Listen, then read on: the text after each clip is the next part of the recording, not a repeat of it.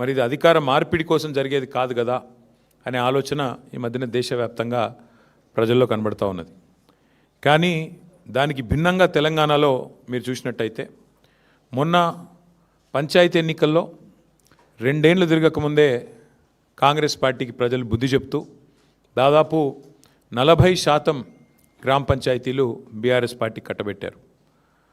పోనీ ముఖ్యమంత్రి గారు లెక్క ప్రకారం తీసుకున్నా, ఆయన బయటికి వచ్చి కూర్చొని ప్రెస్ల మీద చెప్పిన లెక్క ప్రకారం చూసుకున్నా, ఆయన సహజంగానే మా తక్కువ చేసి చెప్తాడు కాబట్టి 32% అక్కడ ముఖ్యమంత్రి గారి లెక్క ప్రకారం కూడా మాకు సర్పంచుల్లో ప్రజలు గెలిపించారు. 4000 పైచిలకు గ్రామాల్లో మా సర్పంచులు గెలిచారు.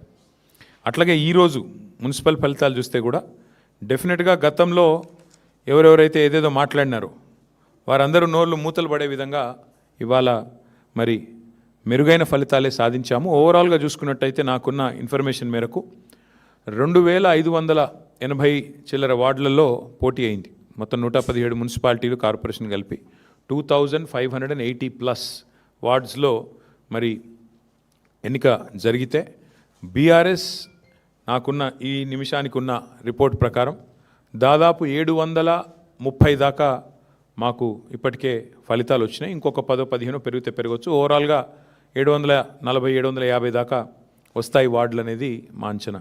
అంటే దాదాపుగా మీరు చూసుకున్నట్టయితే ఒక 30% పైగానే ఇక్కడ కూడా ఫలితాలు వచ్చినాయి. దానికంటే కూడా ముఖ్యంగా చాలా వీరోచితమైన పోరాటం. నిజంగా చెప్పాలంటే కొన్ని చోట్ల ఇవాళ అధికార పార్టీ తట్టుకోలేక ఇవాళ గద్వాలలో ఒక వార్డులో 4 సార్లు రీకౌంటింగ్ చేయించారు. అంటే కాంగ్రెస్ గెలిచేదాకా రీకౌంటింగ్ చేసి ఆఖరికి ఒక ఓటుతో గెలిచిందని చెప్పి అధికారులను అడ్డం పెట్టుకొని గద్వాలలో ఒక వార్డు నెగ్గే ప్రయత్నం చేసినారు.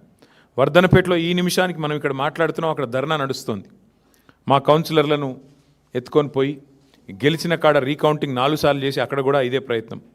చౌటుప్పల్లో ఇదే రకమైన ప్రయత్నం. అంటే అధికారులను, అధికార యంత్రాంగాన్ని, అధికార బలాన్ని అడ్డం పెట్టుకొని గెలిచినమా అంటే గెలిచినాం అనిపించుకోవడానికి సాంకేతికంగా నానా తంటాలు కాంగ్రెస్ పార్టీ పడతా ఉన్నది.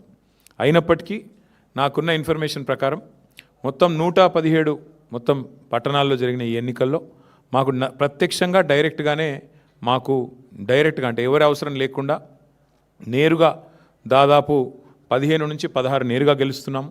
పరోక్షంగా, ఎందుకంటే అక్కడ మేము సింగిల్ లార్జెస్ట్ పార్టీగా ఉన్నాం, అక్కడ కూడా ఇంకో దాదాపు 10-15 చోట్ల అవకాశాలు ఉన్నట్టుగా నాకు సమాచారం ఉంది. చూద్దాం మరి ఇప్పుడు అల్టిమేట్గా 16 తారీఖు నాడు అన్ని విషయాలు తెలుస్తాయి. అయితే ఇక్కడ ఒక్క విషయం మాత్రం చెప్పాలి. నిన్ననే మా శ్రీనివాస్ యాదవ్ గారు నిన్ననే చెప్పారు, 2020లో ఆనాడు మున్సిపల్ ఎన్నికలు జరిగితే మొత్తం 130 మేయర్లకు, చైర్పర్సన్లకు ఆ రోజు మున్సిపల్ ఎన్నికలు జరిగినాయి. టీఆర్ఎస్ పార్టీ ఆ రోజు డైరెక్ట్గా 122 టీఆర్ఎస్ గెలిస్తే మున్సిపాలిటీలు, అదేవిధంగా కార్పొరేషన్లు, కాంగ్రెస్ 4 గెలిచింది, బీజేపీ 2 గెలిచింది, ఎంఐఎం 2 గెలిచింది. ఇది ఆ రోజు లెక్క 2020. మరి ఈరోజు ఇప్పుడే నేను మేము ముందు పెడుతున్న లెక్క చూస్తే ప్రత్యక్షంగా డైరెక్ట్గా మేము ఇప్పుడు 15 పైన గెలవబోతూ ఉన్నాము. దాంతోపాటు పరోక్షంగా అంటే మేము సింగిల్ లార్జెస్ట్ పార్టీగా ఉన్న కాడ మరి దాదాపు మరో 10-15 చోట్ల మాకు చాయిస్ ఉంది, అవకాశం ఉంది. కాబట్టి ఓవరాల్గా చూసుకుంటే 117లో డెఫినెట్గా మంచి ఫలితాలు వచ్చినట్టుగానే మేము భావిస్తూ ఉన్నాం. అయితే సరే, ఇక డబ్బు, మద్యము, అధికార యంత్రాంగ దుర్వినియోగము ఇవన్నీ కూడా తారాస్థాయికి చేరినాయి. చూస్తూ ఉన్నారు, మీరు కూడా చూస్తున్నారు. ఇప్పుడు మీరు కూడా టీవీలలో మీరు కూడా స్క్రోలింగ్లు ఇచ్చారు, మీరు కూడా వీడియోలు ఇచ్చారు. చాలా చోట్ల మరి పెద్ద ఎత్తున విస్తృతంగా అధికార దుర్వినియోగం కూడా జరిగింది. అయినప్పటికీ ఓటర్లు మాత్రం భయపడకుండా బయటకు వచ్చి ఓటేసినందుకు వారికి కూడా మేము ధన్యవాదాలు చెప్తా ఉన్నాం. సరే, అక్రమాల ద్వారా ఇక మొదలుపెట్టినారు ఆల్రెడీ. బేరాలు, బేరసారాలు, ఎత్తుకుపోవడాలు, పోలీసులను పంపించి బెదిరించడాలు ఇవన్నీ మొదలైనవి ఆల్రెడీ రాష్ట్ర వ్యాప్తంగా. ఎట్లా గెలిచిన దాన్ని, మా దగ్గర గెలిచిన దాన్ని కూడా లాక్కునే ప్రయత్నం కూడా చేస్తూ ఉన్నారు. అయినా కూడా పర్వాలేదు, కొట్లాడతాం. అయితే మాకు సంతోషకరమైన విషయం ఏమంటే సింగరేణిలో జరుగుతున్న బొగ్గు కుంభకోణం ఏదైతే ముఖ్యమంత్రి గారి బావమరిది కీలక పాత్రధారిగా, ముఖ్యమంత్రి బావమరిదే కింగ్ పిన్గా సింగరేణిలో ఏదైతే 6,000 కోట్ల కుంభకోణాలు చేసినారని మేము బయట పెట్టినామో, దాని తర్వాత మాతో పాటు CPI, communist party of India కలిసి వచ్చి మాకు చెన్నూరు నియోజకవర్గంలో క్యాతన్పల్లి మున్సిపాలిటీలో మాతో పాటు కలిసి ప్రచారంలో పాల్గొనడమే కాకుండా సీతారాములు గారు ఈరోజు ఆ మున్సిపాలిటీ కూడా మేము గెలుచుకున్నాం. అంటే సింగరేణి ప్రాంతంలో, సింగరేణిలో జరుగుతున్న దోపిడీ ఏదైతే ఉన్నదో ఈ దోపిడీలో ముఖ్యంగా కాంగ్రెస్ బీజేపీ కలిసి పనిచేస్తూ ఉన్నాయి కాబట్టి వారిని నిరోధించడానికి సిపిఐ కలిసి వస్తే వారిని కూడా కలుపుకున్నాం. ఇక్కడికి వచ్చే ముందు మిత్రులు కొత్తగూడెం శాసనసభ్యులు రాష్ట్ర సిపిఐ సెక్రటరీ సాంబశివరావు గారితో కూడా నేను మాట్లాడాను. కొత్తగూడెంలో కూడా ఈరోజు హంగ్ వచ్చింది. అక్కడ కూడా సిపిఐకి 25 ఏదో వచ్చినట్టున్నాయి, మాకు 9, 10 వచ్చినట్టున్నాయి. కాబట్టి నేను వారికైతే ఓపెన్ ఆఫర్ ఇచ్చినాను. సింగరేణిలో జరుగుతున్న కుంభకోణాలు, సింగరేణిలో జరుగుతున్న దుర్మార్గాలు, అరాచకాలకు అడ్డుకట్ట వేయాలి అంటే డెఫినెట్గా మేము మీతో కలిసి వస్తాము. కాంగ్రెస్ బీజేపీని అడ్డుకోవాల్సిన అవసరం ఉంది.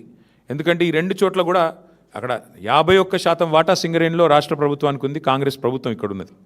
49% వాటా కేంద్ర ప్రభుత్వానికి ఉంది, బీజేపీకి అందులో భాగస్వామ్యం ఉంది. ఇన్ని అక్రమాలు జరుగుతున్నాయని చెప్పి మేము గొంతెత్తి ధర్నాలు చేసి క్షేత్రంలో ఘోషించి ప్రెస్ మీట్లు పెట్టి గవర్నర్ని కలిసి ఇంత హంగామా చేస్తే మరి ఇంతవరకు అటు కాంగ్రెస్ చప్పుడు చేయదు, ఇటు బీజేపీ చప్పుడు చేయదు.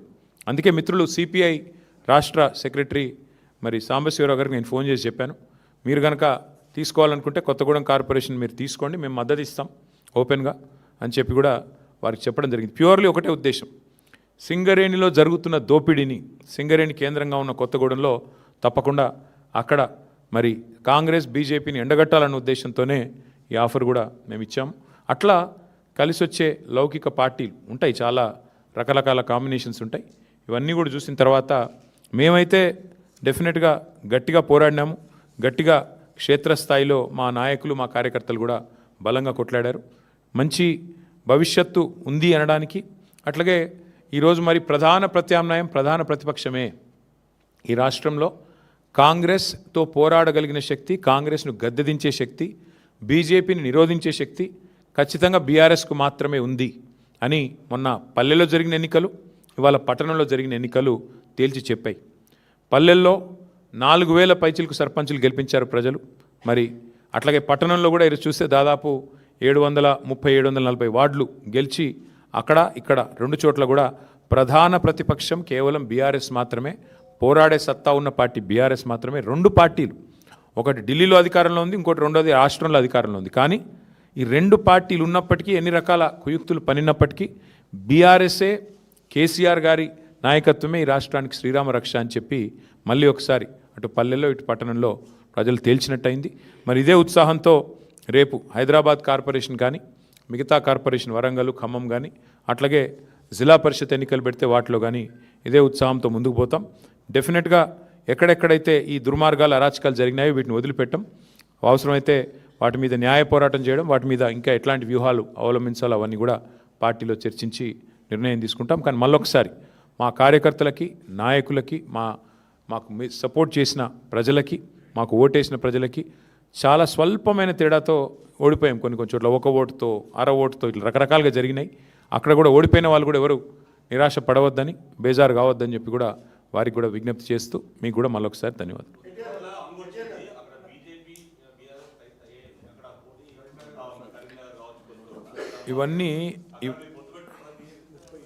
ఇవన్నీ బ్రదర్, ఇవన్నీ ఒక దగ్గర లేట్ల పరిస్థితి దాదాపు 30 చోట్ల ఉంది. కావాలంటే లిస్ట్ చదవమంటే చదువుతాయి. నాగర్ ఉంది ఎక్కడెక్కడ హంగు ఉన్నది అనే దానికి ఇగో చదువుతా నేను. జనగామ, మేబ్బాదు, కే సముద్రము, వర్ధన్నపేట, గద్వాల, అల్లంపూరు, దేవరకద్ర, ఇగో మొత్తం 30 లిస్ట్ ఉంది. దీన్ని బట్టి ఏమర్థమవుతుంది నీకు? మేము ఆల్రెడీ స్పష్టంగా గెలిచింది దాదాపు ఒక 15-16 ఉన్నాయి. అవి కాకుండా 30 హంగు ఉన్నాయి. అంటే రాష్ట్రంలో 117 చోట్ల ఎన్నికలు జరిగితే 30 హంగు ఉన్నాయి, 15 మేము గెలిచినాం. అంటే 46 పోనీ వాళ్ళు గెలిచిందని. కాబట్టి నేనేమంటున్నా అంటే ఇక్కడ ఏ వైఖరి అవలంబించాలి, మా పెద్దలు, మా పార్టీ అధ్యక్షులు కేసీఆర్ గారితో కూడా మాట్లాడతాం. అట్లే స్థానిక నాయకత్వ మనోభావాలు కూడా మేము, ఎందుకంటే స్థానిక ఎన్నిక, స్థానిక నాయకుల మనోభావాలు, స్థానికంగా ఏం పరిస్థితులు ఉన్నాయి అవి కూడా బేరీ చేసుకున్నాక నిర్ణయం తీసుకుంటాం. ఇంకా 2 days టైం ఉంది కాబట్టి ఆలోచించి నిర్ణయం తీసుకుంటాము. ఇప్పుడు నేను ఓపెన్గా చెప్పాను, కొత్తగూడెంలో కాంగ్రెస్, బీజేపీ రెండు కలిసి సింగరేణికి అన్యాయం చేస్తున్నాయి. ఇందులో వేరే ఉద్దేశం ఏం లేదు, మాకు రాజకీయపరమైన ఉద్దేశం, ఎజెండా ఏం లేదు. సింగరేణిని రెండు జాతీయ పార్టీలు గొంతు కోస్తున్నాయి. ఇవాళ కాంగ్రెస్ దోపిడీ చేస్తుంటే బీజేపీ ఎందుకు మౌనంగా ఉంటుందని మేము అడుగుతున్నాము. ఆధారాలతో ఆధార సహితంగా మేము స్పష్టంగా కుంభకోణం జరిగిందని బయటపెడితే ఎందుకు బీజేపీ ఉపేక్షిస్తున్నది? ఎందుకు రేవంత్ రెడ్డిని కాపాడుతున్నది? రేవంత్ రెడ్డి బావమరిదే కింగ్ పిన్గా ఇంత పెద్ద కుంభకోణం నడుస్తుంటే భారతీయ జనతా పార్టీ ప్రభుత్వం ఎందుకు అడ్డుకుంటున్నది, ఎందుకు అడ్డుకోలేకపోతున్నది, ఎందుకు కాపాడుతున్నది కాంగ్రెస్ అరాచకాలని అనేది మా ప్రధాన ప్రశ్న. అందుకే సిపిఐ నాయకత్వానికి నేను అందుకే ఓపెన్గా చెప్తా ఉన్నా, ఇలాంటి ప్రత్యేకమైన పరిస్థితులు ఉంటాయి అక్కడక్కడ. దాన్ని బట్టి మరి మా పెద్దలతో చర్చించి పార్టీలో చర్చించిన తర్వాత స్థానిక నాయకత్వ మనోభావాలు దృష్టిలో పెట్టుకుని నిర్ణయం తీసుకుంటాం.